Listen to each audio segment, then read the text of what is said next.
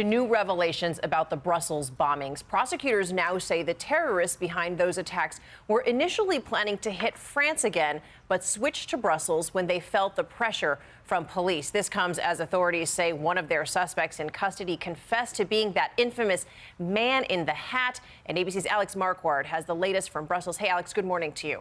Good morning, Cecilia. That's right. Disturbing new details this morning as interrogators question the man in the hat, Mohamed Abrini.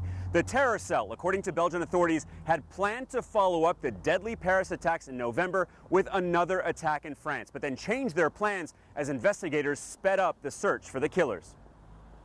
This morning, the capture of the man in the hat and suspected accomplices offering new insights into the worst terror attack in Belgian history.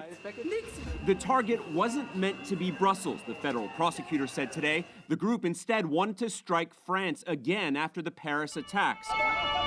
But with the pressure on them from the investigation, the terrorists, quote, urgently took the decision to strike in Brussels. Belgian authorities say Mohamed Abrini has confessed to being the man in the hat and tan coat. 31-year-old Abrini telling investigators he threw away the coat and sold that hat.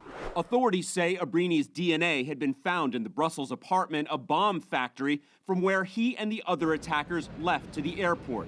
New audio has been released, believed to be of one of the men calling for the taxi.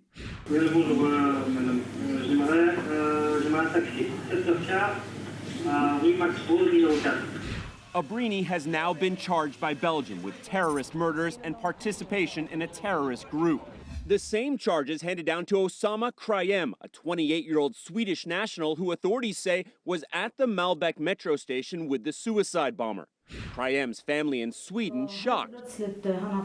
All of a sudden, he just disappeared, his aunt said. No one in the family knew.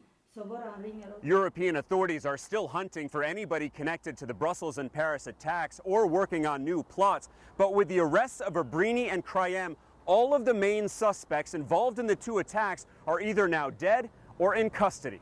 Dan?